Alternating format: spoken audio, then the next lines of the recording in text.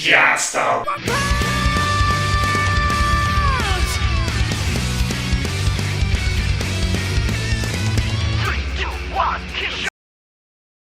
Are you fucking kidding me? Hey guys, happy Halloween. You probably noticed that... Hey, Jar! Oh Jesus, it's Bill Cipher! Except for the fact that he's square. In fact, he looks nothing like Bill Cipher, except for the fact that he has similar hands and legs. The professor gave me an upgrade and now I have a new body. Hooray! So this is your Halloween costume? No, this is what I'm gonna look like all the time. Isn't it awesome? Hold on a second. So the professor put in you an artificial gravity cube and not me? Actually, the professor just did this to make me more useful. He thinks I'm an airhead. Colt, shut up.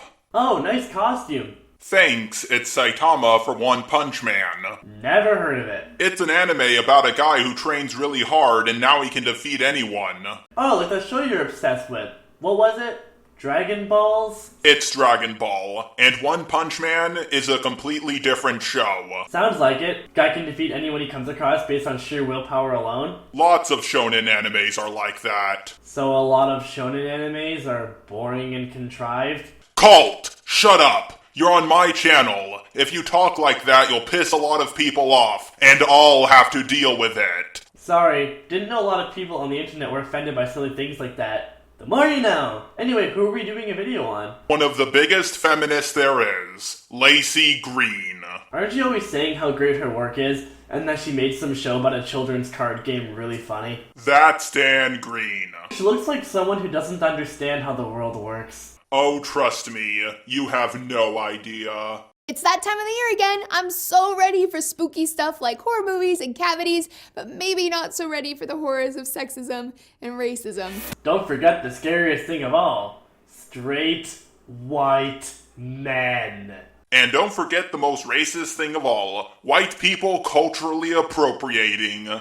Well, hey, Lacey here. Halloween is a ton of fun, and thanks to the internet, it's also become a bit of a show showcase. Like, wow, look at all the ignorant and insensitive people in America. Oh yeah, because feminists are anything but ignorant and insensitive. A lot of people are ignorant about Halloween, but not in the way you think. Now I could tell you why, but I would rather get my slave Colt to do it. I'm not your slave, I'm your assistant. There's a difference. Of course there is. One is paid, one isn't. I'm not paid at all. I rest my case. Fine, but only because I want to.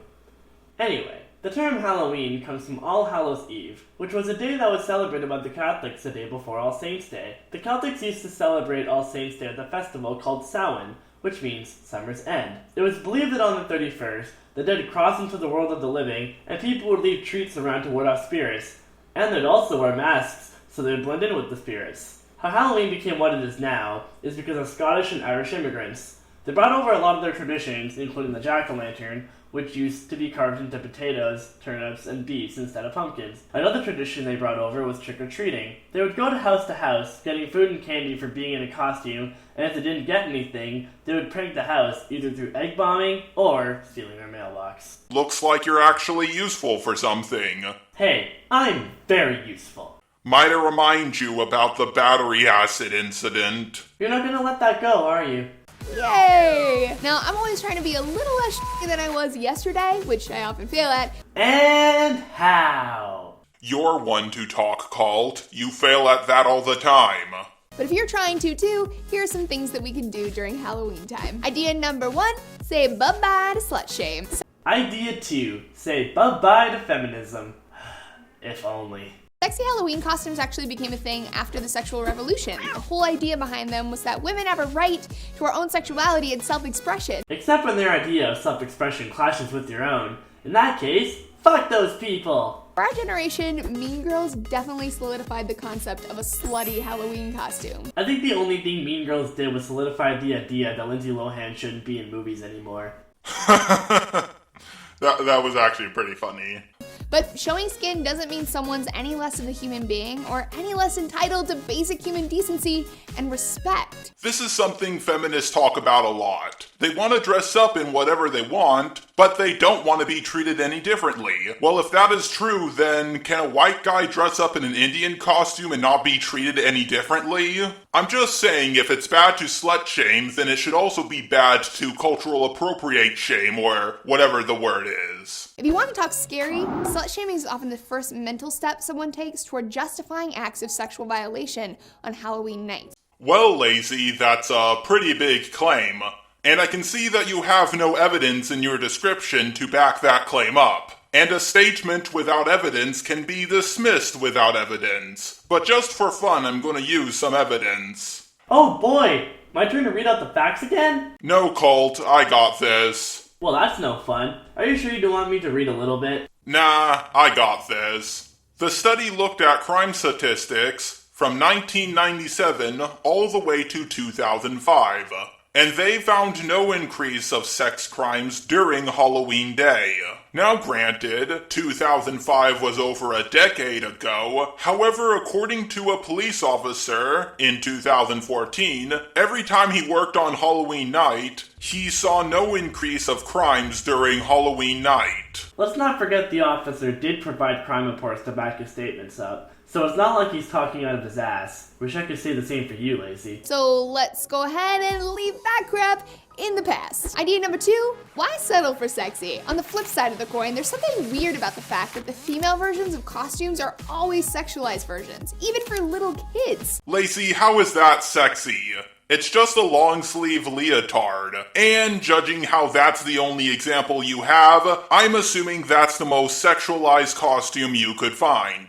There's firefighter, and then sexy firefighter. There's pizza rat, and then a sexy pizza rat. Well, pizza rat's always sexy, but you get the idea. There's computer and sexy computer. Come on, ladies, you know you want it. If you want to get sexy, that's awesome, but it shouldn't be the only option for costumes based on your sex, and certainly not imposed on little girls. Well, Lacey, it is not the only option. There is nothing stopping women from buying the regular firefighter's outfit. The reason why a lot of women pick the sexy outfit is because they want to. I know I do! When we have a choice over how our sexuality will be presented, we draw the line between sexual subjectification and sexual objectification. As more people speak up and talk about this, companies have actually started to crank out more costume options, so keep on rabble-rousing. Well, Lacey, that is how supply and demand works. However, you shouldn't force people to buy a particular outfit. You should let them pick what they want to pick.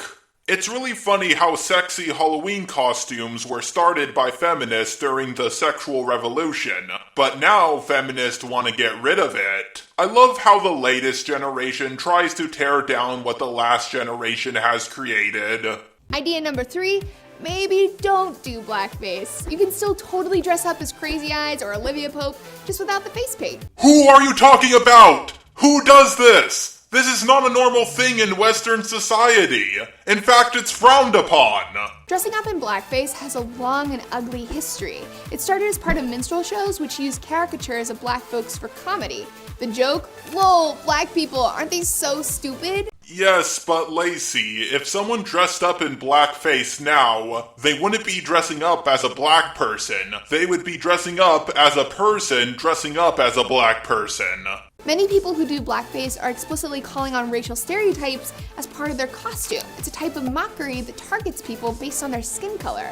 Even if disrespect isn't the intent, that doesn't change the impact. Blackface effectively reduces black identity to a costume. Okay, Lacey, who is this for? The whole 5 Americans who actually do blackface? If anything, this is just making people want to do blackface more. Modern day racial inequalities aren't something that people of color can take off at the end of the day. They're a daily reality. Okay, Lacey, I'm really confused as to what you're trying to say. Are you saying people who wear blackface get to experience what it's like to be black? Because I highly doubt anyone is stupid enough to fall for this. Idea number 4, just like races aren't costumes, neither are cultures. Costumes like geisha or Indian rely on degrading racial and cultural stereotypes. There's the cultural appropriation I know and hate. I think Roaming Millennial said it best. Yes, cultural sharing does mean that there's always a risk of potentially misrepresenting another culture or engaging in something that it would consider distasteful, like how it's not accurate to say that samurai are Chinese or that the Day of the Dead is just like a Mexican Halloween. But the thing is, while those opposed to cultural appropriation might be doing so on the grounds of guarding other cultures, the hands-off approach actually makes this sort of ignorance more likely, not less likely. It's pretty easy to realize that if you're encouraged to explore, experience, and participate in another culture, you're way more likely to learn about it than if you're told to stay away because it's not for you. Also, wearing a geisha is not a stereotype. It's a job. By that logic, non-white people shouldn't be allowed to dress up as astronauts. It also further normalizes white America's tendency to disrespect and mock cultures that are different from our own. Okay, Lacey, I will agree with you that some people who dress up as other cultures are doing it in a mocking way. However, the overwhelming majority of people just want to dress up as an Indian, or just want to dress up as a samurai. The implication is that white culture is normal and superior. First of all, whatever culture you grew up in is normal to you. And second, what do you mean by white culture? Do you mean Western culture? Because looking at other countries, yes, Western culture is superior. But Western culture isn't exclusive to white people. Anyone of any race can be a part of it. Now, America's lack of cultural competency is nothing to brag about. America does not have a lack of cultural competency. America is one of, if not the most diverse country there is. And you know what? I think that is something to brag about. Least of all with a tacky costume. There are a million costume possibilities, and I think we'd all do better at tapping into our creativity instead of recycled toxic garbage. I love feminist logic. If we get rid of sexy costumes, there will be more costume options. Getting rid of sexy costumes won't make more costume options. If anything, it will make less costume options. If you really want people to express their creativity more on Halloween, then ask the cosplayers to start wearing their cosplay outfits on Halloween instead of just at conventions. By the way, Lacey, how long ago did you make this video? It's been an entire year. Oh, I guess I'm a whole year late to the party then. Well, I'm gonna go off trick-or-treating. Oh wait, I'm a robot. I can't eat candy. You just figured that out? Jeez, I thought I was the one with a few microchips loose. Well, since I'm dressed up as One Punch Man, I guess I could try to take out things in one punch. Oh, cool. What are you gonna start with? You. A big thank you to Christina Prime for the new artwork. If you want to see more amazing art from Christina Prime, link to both her DeviantArt and YouTube channel will be down below. Tell her I said thanks. Also, there's something new I'm starting called bonus videos. These videos will be unlisted and you can only find them in my new playlist. Bonus videos are just videos that are done in a different style than what I normally do.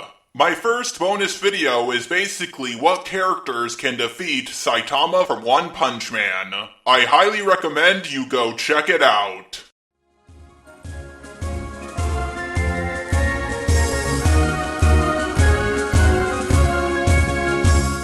My eyes have seen the glory of the cleansing of YouTube. Debunking SJWs and feminazis too. We criticize reactionists in hopes they get the boot.